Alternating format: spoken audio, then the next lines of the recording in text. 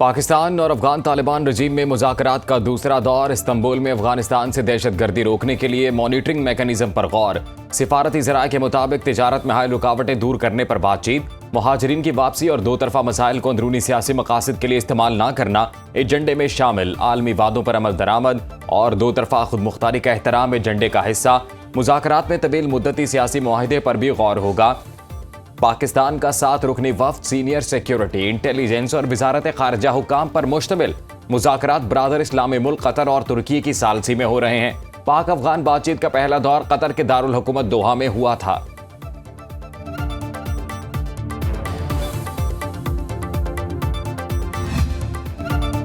मामला तय नहीं पाते तो फिर अफगान तालिबान रजीम से खुली जंग है। वजीर दिफा ख्वाजा आसिफ कहते हैं, अफगानिस्तान भारत का हशर देख ले। अफगान तालिबान भारतीय प्रॉक्सी के तौर पर हमारे खिलाफ काम कर रहे हैं। हमने 40 साल तक अफगानों की मेहमान नवाजी की। दोहा में जिनसे बात कर रहे थे वो सारे पाकिस्तान में जवान हुए। समझ नहीं आता कि इतनी मेहमान नवाजी के बावजूद अफगानिस्तान का हमारे साथ ऐसा रवैया क्यों है। हमारी अफवाज और पुलिस अपनी जानों की कुर्बानियां दे रहे हैं। हम और आप इसलिए चैन से सोते हैं कि आपके मुहाफिज जाग रहे होते हैं। 2018 में दहशतगर्दी को मुकम्मल तौर पर ख़त्म किया। बलूचिस्तान और दीगर इलाकों में दहशतगर्दी दोबारा सर उठा रही है। वज़ीर आज़म शहबाज शरीफ का नेशनल वर्कशॉप बलूचिस्तान से खिताब। कहा, पाकिस्तान की यकजहती के लिए सूबों में इत्तफ़ाक़ राय ज़रूरी है। माजी में बलूचिस्तान को नज़रअंदाज करना खुद एहतसाबी का लम्हा है। अफसोस, बलूचिस्तान की दौलत अब भी ज़मीन में दफन है। सूबे की जोग्राफियाई साख्त तरक्की के अमल में चैलेंज बन गई। दूर दराज आबादियों तक बिजली और सड़कों की फराहमी बड़ा मसला है। मजबूत इंफ्रास्ट्रक्चर के बगैर तालीम और तरक्की मुमकिन नहीं। हम सबको मिलकर तरक्की में अपना किरदार अदा करना होगा। बलोच रहनुमाओं ने रज़ाकाराना तौर पर पाकिस्तान के साथ इल्हाक का तारीखी फैसला किया। तारीख, सकाफत और रिवायात इसे मुनफरिद बनाती हैं। पाकिस्तान के तमाम सूबे एक खानदान की मानिंद है। वज़ीर आज़म की बरतानिया में परवाज़ों की बहाली पर मुबारकबाद। PIA की बरतानिया के लिए परवाजें 5 साल बाद बहाल। इस्लामाबाद से मैनचेस्टर के लिए पहली परवाज ने उड़ान भर ली। वजीर दिफा ख्वाजा आसिफ और बरतानवी हाई कमिश्नर जेन मैरियट ने अलविदा किया। जुलाई 2020 के बाद इस्लामाबाद से मैनचेस्टर की पहली परवाज 284 मुसाफिर लेकर रवाना हुई। 2 तरफा परवाज के लिए मुख्तस बोइंग तैयारे पर आई लव मैनचेस्टर तहरीर कुरा अंदाजी के जरिए 660 सीसी गाड़ी मुसाफिर के नाम निकाली गई। दीगर मुसाफिरों को भी मोबाइल फ़ोन और तहाइफ दिए गए। तर्जुमान PIA के मुताबिक परवाज़ों की तादाद में बतदरीज इजाफा किया जाएगा। लंदन और बर्मिंघम के लिए भी परवाज़ें शुरू की जाएंगी। वज़ीर दिफा ख्वाजा आसिफ ने तकरीब से खिताब में कहा, कौमी एयरलाइंस पर पाबंदी से मुल्की साख को नुकसान पहुँचा। PIA का मेयार बुलंद करके आलमी सतह पर एतमाद बहाल किया। तहरीक इंसाफ का रियासत मुखालिफ इक़दाम, सज़ा कौम और रियासत को भुगतना पड़ी। PTI के साबिक वज़ीर हवाबाजी गुलाम सरवर खान का असम्बली फ्लोर पर मई 2020 में तैयारा हादसे पर गैर जिम्मेदाराना बयान सामने आते ही दुनिया भर में पाकिस्तान की जग हसाई हुई। PIA की पाकिस्तान से बरतानिया और यूरोपीय यूनियन के लिए बराह रास्त परवाज़ों पर पाबंदी आयद कर दी गई। कौमी एयरलाइन को सालाना अरबों रुपए का नुकसान उठाना पड़ा।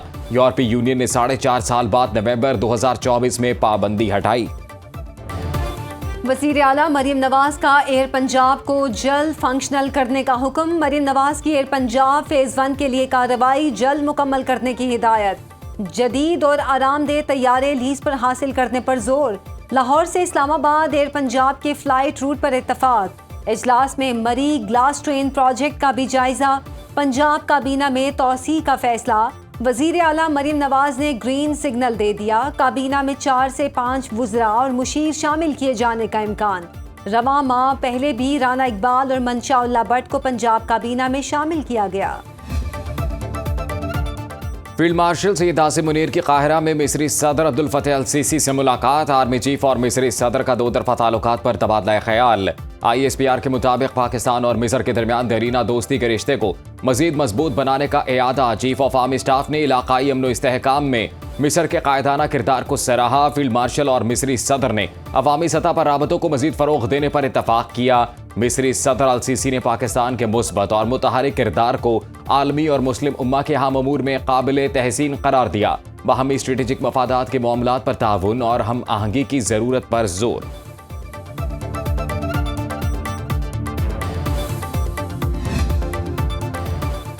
पीपल्स पार्टी आज़ाद कश्मीर में हुकूमत बनाएगी। ज़रा के मुताबिक वज़ीर आज़म के लिए पीपल्स पार्टी के 3 नामों में चौधरी लतीफ़ अकबर का नाम फाइनल कर लिया गया।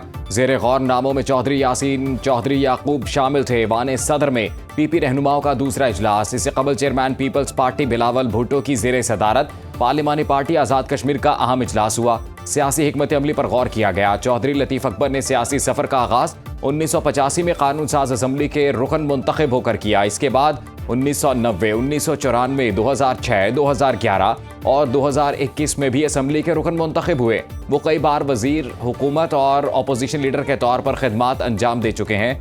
कमर जमान कायरा का कहना है मुस्लिम लीग नून ने अब तक बाज़ाब्ता अपोजिशन में बैठने से मुतल्लिक फैसले से आगाह नहीं किया।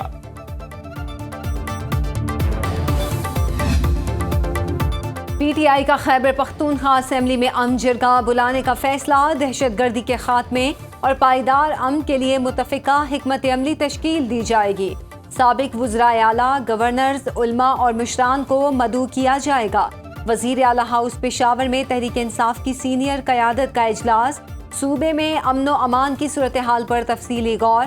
वज़ीर आला सुहेल आफरीदी ने कहा पुलिस को जदीद आलात, तरबियत और वसाइल की फराहमी अव्वलीन तरजीह है। इजलास में चेयरमैन पीटीआई बैरिस्टर गौहर, जुनेद अकबर, असद कैसर और दीगर रहनुमाओं की शिरकत। पंजाब भर में दफ़ा 144 में 8 रोज़ की तौसी। महकमा दाखिला ने नोटिफिकेशन जारी कर दिया।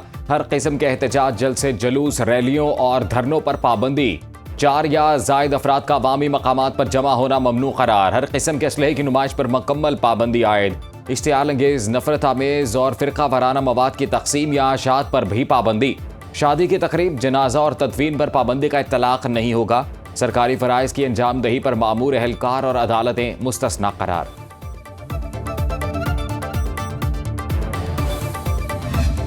दो 220, 35, 40 इस तरह से, वो भी किसी वक्फियत वाले को देते हैं, ब्लैक में ऐसे नहीं देते। चीनी मैडम 205 रुपये, 210 रुपये, इसे 200 से कम तो है नहीं है। पाकिस्तान में पता नहीं 149 कितनी शुगर मिली, उसके बावजूद ये पाकिस्तान किधर जा रहा है, कोई समझ नहीं लग रही है। रेट तो बढ़ते जा रहे हैं, तो ये फिर हमारी गवर्नमेंट का कसूर है। वो क्या कर रही है, हम लोगों के साथ क्या जुल्म शुरू किया हुआ है, इंतहा हो गई है। लाहौर समेत मुख्तलिफ शहरों में चीनी की कीमत गैर मुस्तहकम। गिरां फरोशों ने सरकारी कीमत को हवा में उड़ा दिया। चीनी की एक्स मिल्स कीमत 171 रुपए फी किलो मुकर्रर है। हुकूमत ने परचून रेट 179 रुपए किलो मुकर्रर कर रखा है। मार्केट में चीनी 180 से 200 रुपए किलो फरोख्त। छोटी दुकानों से चीनी गायब, खरीदार परेशान। पाकिस्तान में सोना 1800 रुपए तोला महंगा। कीमत 4,33,662 रुपए हो गई। आलमी मार्केट में सोने की कीमत $18 फी औंस बढ़ गई। 1 औंस सोना $4,113 में फरोख्त। MQM पाकिस्तान में धड़ाबंदी खुलकर सामने आ गई। MQM पाकिस्तान के सीनियर रहनुमा अनीस कायम खानी की MQM के रहनुमाओं और मुंतखब नुमाइंदों को क़िबला दुरुस्त करने की वार्निंग। कहा शख्सियत परस्ती की बुनियाद पर कारकुनों को तकसीम नहीं किया जा सकता। ये नहीं चलेगा कि चंद लोग आएं और तफरीक करके चले जाएं। बात ना मानने पर बहादुराबाद में सब कारकुनों को इकट्ठा करने की धमकी।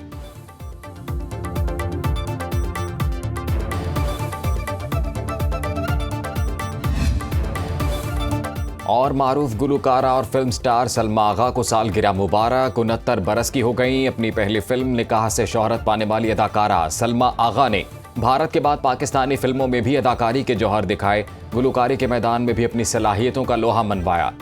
दिल के अरमा आंसुओं में बह गए, गाना इंतहाई मकबूल हुआ।